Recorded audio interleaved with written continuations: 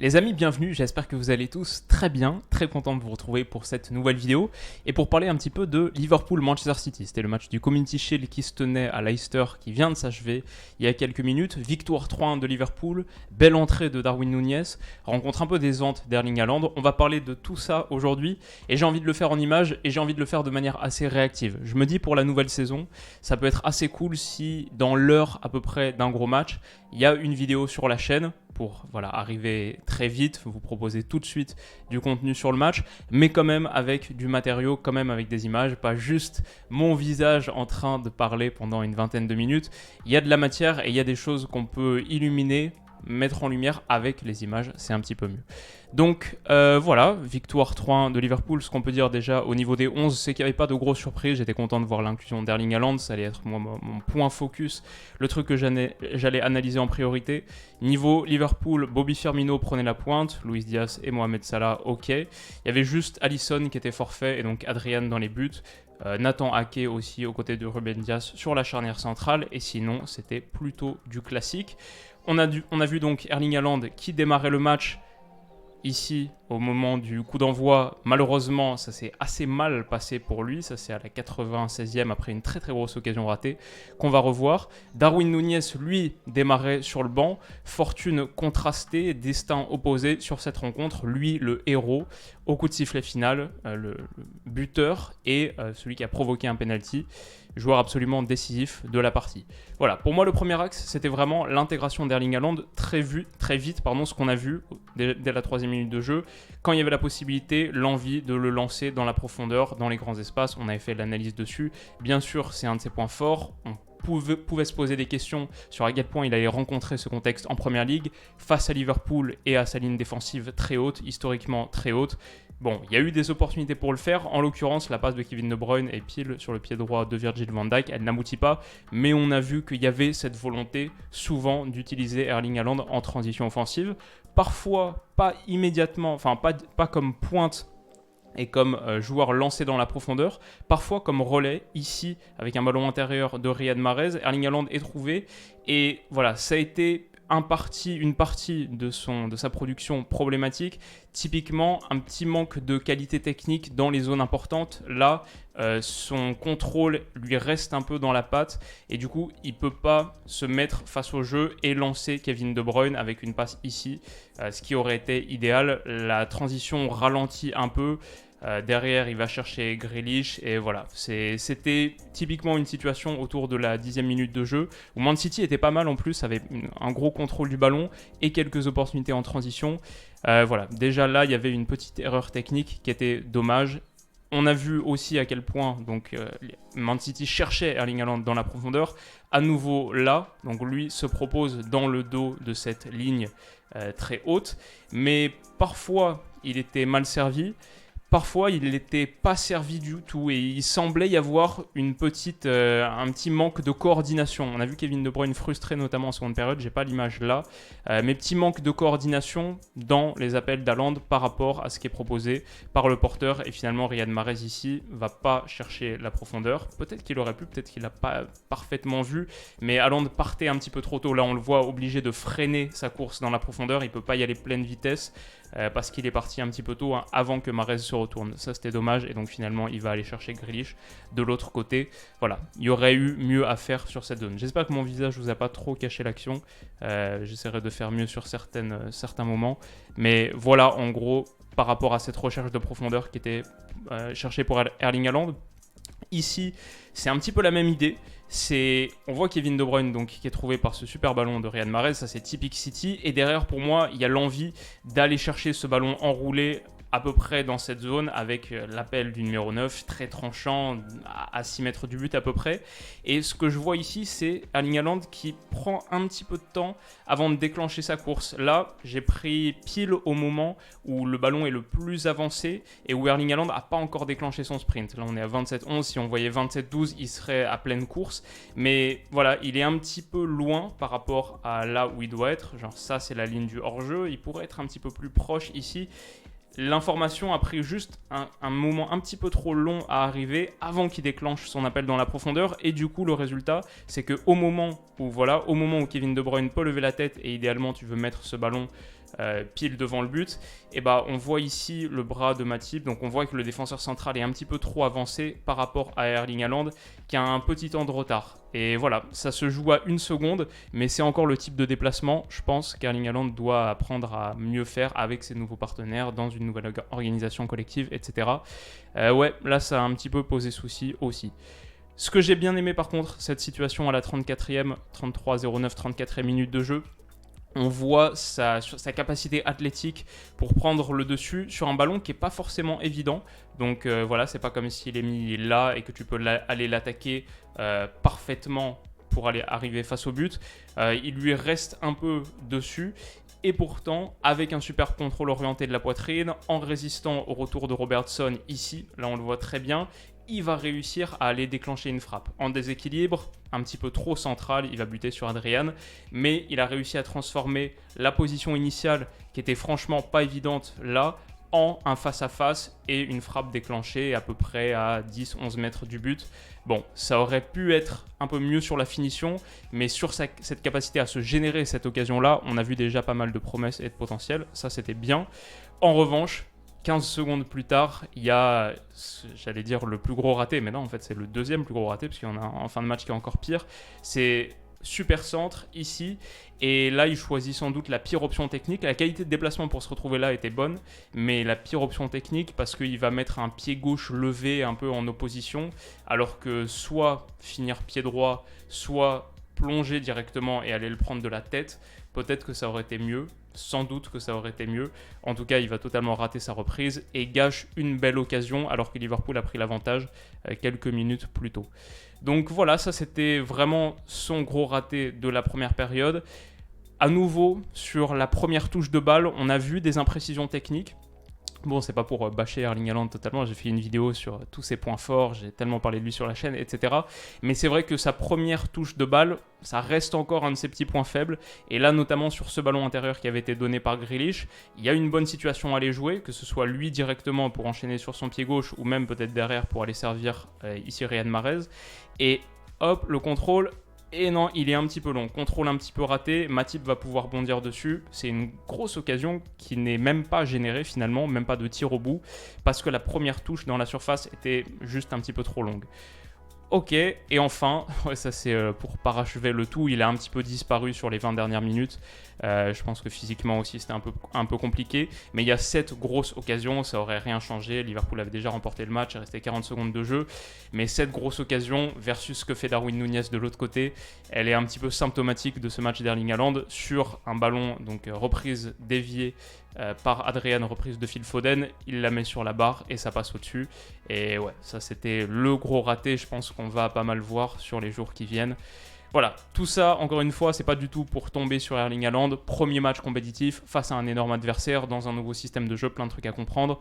J'ai fait une vidéo où j'expliquais les raisons pour lesquelles je suis pas forcément hyper optimiste sur ce transfert. Je pense qu'il y a quand même des questions en suspens, mais je sais pas ce match qui me fait aller dans une direction ou une autre. Simplement, il reste encore du travail pour ce joueur, ce fantastique joueur. Voilà pour Erling Haaland. Ok, finalement, celui qui s'est le plus mis en évidence, c'est plutôt Julian Alvarez, Julian Alvarez qui a fait 30 minutes à la fin à peu près, qui met le but de l'égalisation, que j'ai trouvé assez pertinent sur ses déplacements, beaucoup d'intensité, d'envie. À un moment, ils sont passés à 2 devant avec Haaland aussi, même si on ne les a pas trop vus sur ces 20 dernières minutes où physiquement Man City avait un petit peu de mal. Mais voilà, le but de l'égalisation pour lui, comme souvent, c'est la recrue qu'on n'attend pas ou moins qui réussit mieux ses débuts. On verra ce que ça donne par la suite, mais belle entrée pour lui et joueur vraiment prometteur, très intéressant. Ok, ça c'était pour Manchester City et pour Erling Haaland.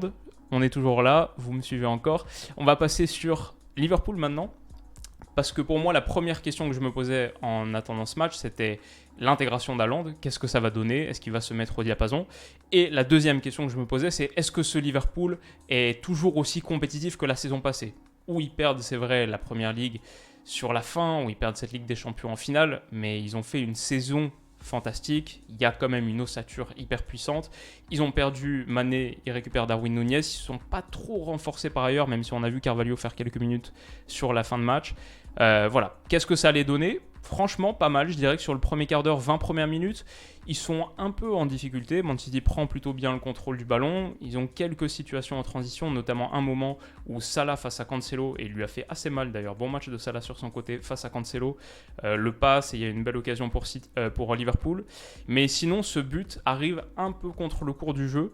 Au bout d'une superbe phase, quand même, double renversement. Déjà, c'était Alexander-Arnold de son pied gauche qui l'envoie là-bas, ok, petit bruitage. Et derrière, Thiago Alcantara qui est touché, je crois, Luis Diaz qui remet sur Thiago Alcantara. Et petit ballon un peu élevé, mais petit renversement de jeu, mini renversement de jeu, quoi, pour aller toucher peut-être depuis ici, pour aller toucher là, juste sur le coin de la surface de réparation. Salah, très bon contrôle, j'aurais dû mettre toutes les images, mais très bon contrôle, semelle, boum, qui bloque le ballon. Hop, qui met en retrait, et donc Trent Alexander-Arnold en une touche qui va l'envoyer ici, poteau rentrant pour Liverpool. Désolé, ça encore, ma tête a un peu bloqué encore, j'essaierai de faire quelques ajustements la prochaine fois. Mais donc reprise en une touche de Trent Alexander-Arnold, qui est dévié de la tête par Nathan Ake. Globalement, c'était une action bien construite. La finition, je suis même pas sûr, franchement, qu'il veuille tirer en première intention. Mais quoi qu'il en soit, ça fait une belle finition. Et Liverpool, donc, prend l'avantage 1-0 là. Ce qu'on a vu aussi, c'est que Bobby Firmino, joueur que j'ai adoré par le passé, je l'ai trouvé un petit peu en difficulté. Là, par exemple, il est touché par Luis Diaz. C'est pas un ballon hyper facile à négocier, mais derrière, il va un petit peu s'en mêler les pinceaux, frapper pied gauche et un peu en déséquilibre. En fait, il va totalement rater sa frappe, ça va finir en 6 mètres. Si vous vous en souvenez, il fait hop, hop, il revient et ça finit comme ça. Bon, je l'ai trouvé un petit peu en difficulté, et c'est vrai que l'histoire de ce match, c'est aussi en partie le moment où il sort et où il est remplacé par Darwin Núñez.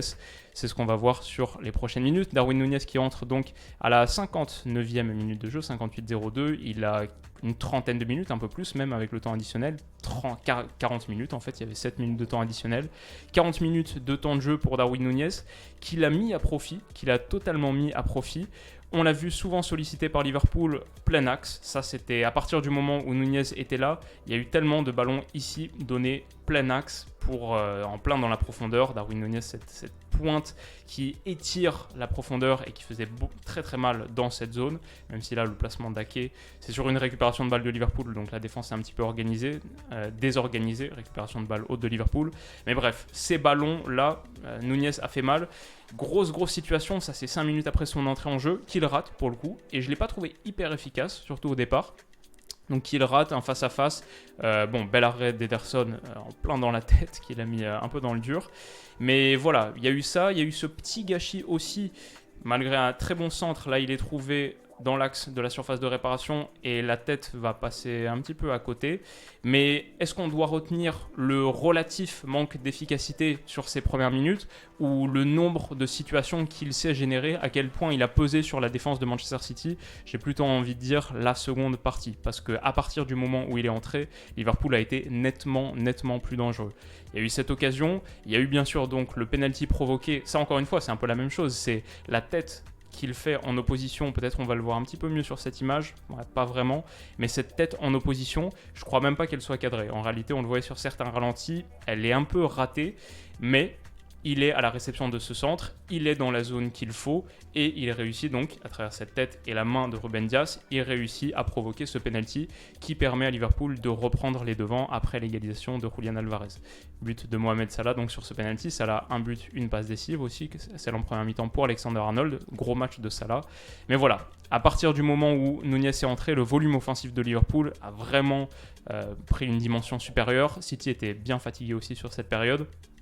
Et puis, ça c'est une autre situation, on l'a vu un peu dans l'idée de Henderson tout à l'heure, plein axe, ces appels de Darwin Núñez, plein axe dans la profondeur qui ont fait mal à la défense de City, même si là Ake sur cette transmission va réussir un super tacle et bloquer l'action. Mais voilà, on l'a vu dans cette zone qui nous surprend pas trop, et on l'a vu peser significativement sur cette défense jusqu'au but, donc le but du 3-1 dans le temps additionnel. À nouveau Liverpool qui a réussi à se projeter et qui se projetait en nombre, 5 joueurs, on le voit là dans le temps additionnel, belle transition, ils sont en 5 contre 5 dans cette zone, un peu les 5 couloirs de jeu, même si en vrai très serré, surtout sur la taille de la surface de réparation, la largeur de la surface de réparation. Hop, remise de la tête de Robertson qui s'est bien projeté, qui lui pour le coup avait un très très haut niveau d'énergie sur toute la partie.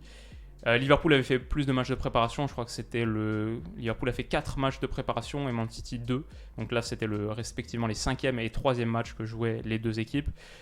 Hop, projection de Robertson et donc Darwin Núñez à nouveau dans la bonne zone. Et là, la finition est parfaite, la tête plongeante en contorsion comme ça pour marquer le but du 3-1 et célébrer dans la foulée. On voit que la sangle abdominale est très solide.